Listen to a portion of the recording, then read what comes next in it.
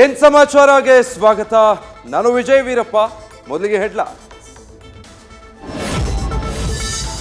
ಎರಡನೇ ಪಟ್ಟಿ ಬಿಡುಗಡೆಗೆ ಇಂದು ದೆಹಲಿಯಲ್ಲಿ ಕಾಂಗ್ರೆಸ್ ಕೇಂದ್ರ ಚುನಾವಣಾ ಸಮಿತಿ ಸಭೆ. 21 ಕ್ಷೇತ್ರಗಳ ಬಗ್ಗೆ ಯಾರನ್ನ ಕಣಕ್ಕಿಳಿಸಬೇಕು ಎಂಬ ಬಗ್ಗೆ ನಿರ್ಧಾರ.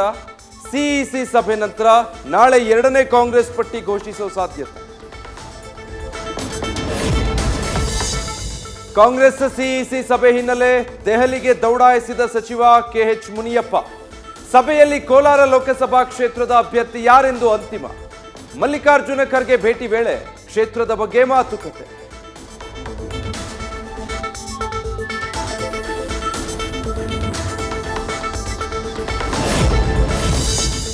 ಮಂಡ್ಯಕ್ಕಾಗಿ 2 ದಿನಗಳಿಂದ ದೆಹಲಿಯಲ್ಲೇ ಬೀಡು ಬಿಟ್ಟ ಸುಮಲತಾ. ಬಿಜೆಪಿ ರಾಷ್ಟ್ರೀಯ ಅಧ್ಯಕ್ಷ ಜೆಪಿ ನಡ್ಡಾ ಭೇಟಿಯಾಗಿ ನಾನೇ ಸ್ಪರ್ಧಿಸುತ್ತೇನೆಂದು ಮನವಿ. ಇಂದು ಅಮಿತ್ ಶಾ ಭೇಟಿ ಮಾಡಿ ಮನವೊಲಿಸುವ ಸಾಧ್ಯತೆ.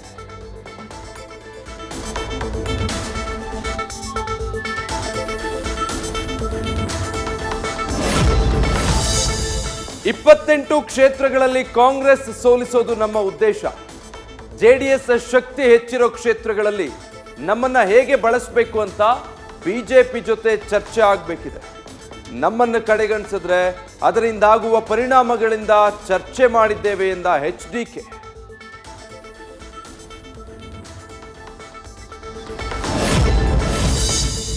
ಚುನಾವಣೆ ಸಮೀಪಿಸುತ್ತಿದ್ದಂತೆ ಜೆಡಿಎಸ್ ಕಾರ್ಯಕರ್ತರ ಸಭೆ ನಡೆಸಿದ ನಿಖಿಲ್. ಜೆಡಿಎಸ್ ಬಿಜೆಪಿ ಕಾರ್ಯಕರ್ತರು ಒಗ್ಗಟ್ಟಾಗಿ ಚುನಾವಣೆ ಎದುರಿಸ್ತಾ ಇದ್ದೇವೆ. ಮೋದಿ ಮತ್ತೊಮ್ಮೆ ಪ್ರಧಾನಿಯಾಗಬೇಕು ಅಂತ 3 ಕ್ಷೇತ್ರ ಮಾತ್ರ ಕೇಳಿದ್ದೇವೆ ಎಂದ ಯುವರಾಜ.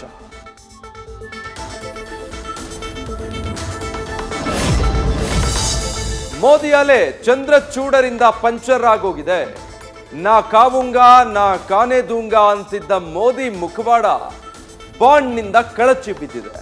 ಮೋದಿ ಅಲೆಯಲ್ಲಿ ಸ್ಪರ್ಧಿಸಲು ಯಾರೂ ಒಪ್ಪುತ್ತಿಲ್ಲ ಅನ್ನೋ ವಿಚಾರಕ್ಕೆ ಸಚಿವ ಎಂಬಿ ಪಾಟೀಲ್ ಪ್ರತಿಕ್ರಿಯೆ.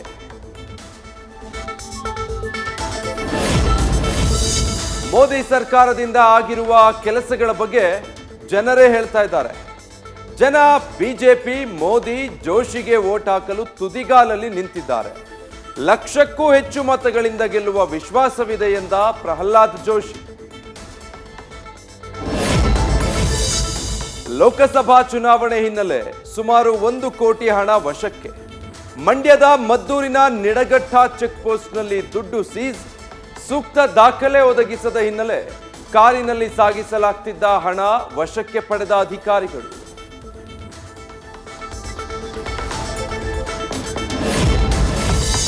ತುಮಕೂರು ಬಿಜೆಪಿ ಅಭ್ಯರ್ಥಿ ವಿ ಸೋಮಣ್ಣ ಟೆಂಪಲ್ ರನ್.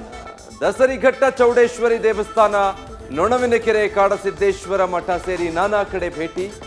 ಮೈತ್ರಿ ಪಕ್ಷದ ತುರುವೇಕೆರೆ ಶಾಸಕ ಎಂಟಿ ಕೃಷ್ಣಪ್ಪ, ತಿಪಟೂರು ಕ್ಷೇತ್ರದ ಜೆಡಿಎಸ್ ಮುಖಂಡರನ್ನು ಭೇಟಿಯಾಗಿ ಗೆಲುವಿಗಾಗಿ ಕಸರತ್ತು.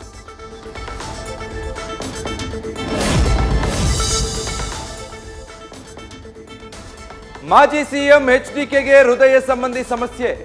ಶಸ್ತ್ರಚಿಕಿತ್ಸೆಗೆಂದು ಇಂದು ಚೆನ್ನೈಗೆ ತೆರಳಲಿರುವ ದಳಪತಿ. 21ರಂದು ಶಸ್ತ್ರಚಿಕಿತ್ಸೆ, 24ರವರೆಗೆ ವಿಶ್ರಾಂತಿ ಪಡೆದು ರಾಜ್ಯಕ್ಕೆ ವಾಪಸ್.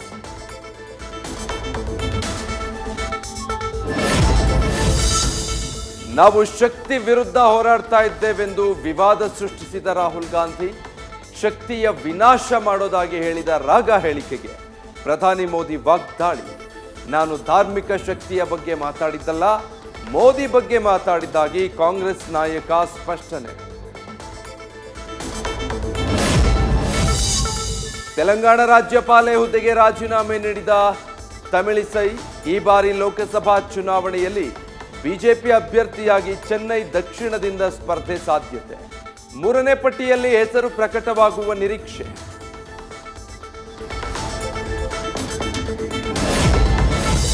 ಪ್ರಿಯಾಂಕಾ ಗಾಂಧಿ ವಾದ್ರಾ ವಿರುದ್ಧ ನೂಪುರ್ ಶರ್ಮಾ ಕಣಕ್ಕಿಳಿಯುತ್ತಾರೆಂದು ವರದಿ. ಉತ್ತರ ಪ್ರದೇಶದ ರಾಯ್ಬರೇಲಿಯಿಂದ ಸ್ಪರ್ಧೆ. ನೂಪುರ್ ಶರ್ಮಾ ಅಮಾನತು ಶೀಘ್ರದಲ್ಲೇ ರದ್ದು ಸಾಧ್ಯತೆ. ಬಿಹಾರದಲ್ಲಿ ಎನ್ಡಿಎ ಕೂಟದ ಸೀಟು ಹಂಚಿಕೆಯ ಸೂತ್ರ ಅಂತಿಮ. 40 ಲೋಕಸಭಾ ಕ್ಷೇತ್ರಗಳ ಪೈಕಿ ಬಿಜೆಪಿ 17, ಜೆಡಿಯು 16 ಸ್ಥಾನಗಳಲ್ಲಿ ಸ್ಪರ್ಧೆ. ಎಲ್ಜೆಪಿ 5 ಕ್ಷೇತ್ರಗಳಲ್ಲಿ ಸ್ಪರ್ಧಿಸಿದ್ರೆ ತಲಾ 1 ಸ್ಥಾನದಲ್ಲಿ ಇನ್ನೆರಡು ಪಕ್ಷಗಳು ಕಣಕ್ಕೆ.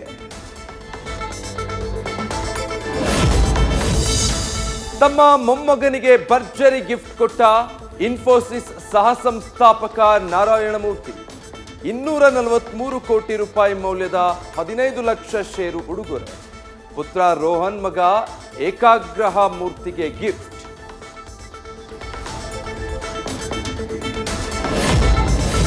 ಚುನಾವಣಾ ಬಾಂಡ್ ರೀತಿ ಪಿಎಂ ಕೇಸ್ನಲ್ಲೂ ಹಗರಣವಾಗಿರಬಹುದು. ಹಣ ಸಂಗ್ರಹ, ಖರ್ಚು, ದಾನಿಗಳ ಮಾಹಿತಿ ಅಸ್ಪಷ್ಟ. ಕಾಂಗ್ರೆಸ್ ಮುಖಂಡ ಜೈರಾಮ್ ರಮೇಶ್ ಗಂಭೀರ ಆರೋಪ. ಹಿಂದಿನ ಯುದ್ಧಗಳ ಪಾಠದಿಂದ ಎಚ್ಚೆತ್ತ ಭಾರತ, ಚೀನಾ ಗಡಿ ಭಾಗದಲ್ಲಿ ಕೇಂದ್ರ ಸರ್ಕಾರದಿಂದ ಬಂಕರ್ ನಿರ್ಮಾಣ. ಶೂನ್ಯಕ್ಕಿಂತಲೂ ತಾಪಮಾನ ಕುಸಿದಾಗ ಯೋಧರ ಸನ್ನದ್ಧ ಸ್ಥಿತಿಯಲ್ಲಿರುವಂತೆ ಕ್ರಮ.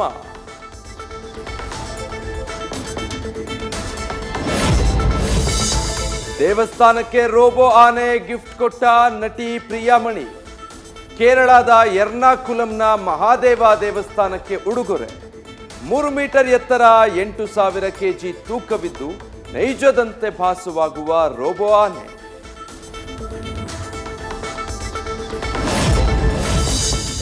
ಉತ್ತರ ಪ್ರದೇಶದ ಯೂಟ್ಯೂಬರ್ ಪ್ರಿಯಕರನ ವರಿಸಲು ಇರಾನ್ನಿಂದ ಬಂದ ಪ್ರೇಯಸಿ. ಫೇಸ್ಬುಕ್ನಲ್ಲಿ ಪರಿಚಯವಾಗಿದ್ದ ದಿವಾಕರ್ ಕುಮಾರ್ ಜೊತೆ ಪ್ಯಾರ್ನಲ್ಲಿ ಬಿದ್ದಿದ್ದ ಫೈಜಾ. ಮನೆಯಲ್ಲಿ ಮದುವೆಗೆ ಒಪ್ಪಿಗೆ, ಅದ್ದೂರಿಯಾಗಿ ನಿಶ್ಚಿತಾರ್ಥ.